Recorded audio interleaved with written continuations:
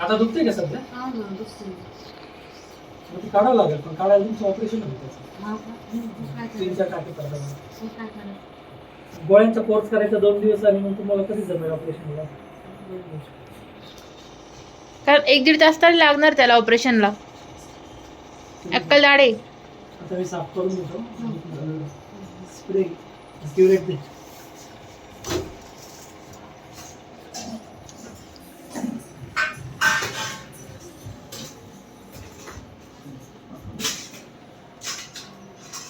जास्त दुखते का थोडं?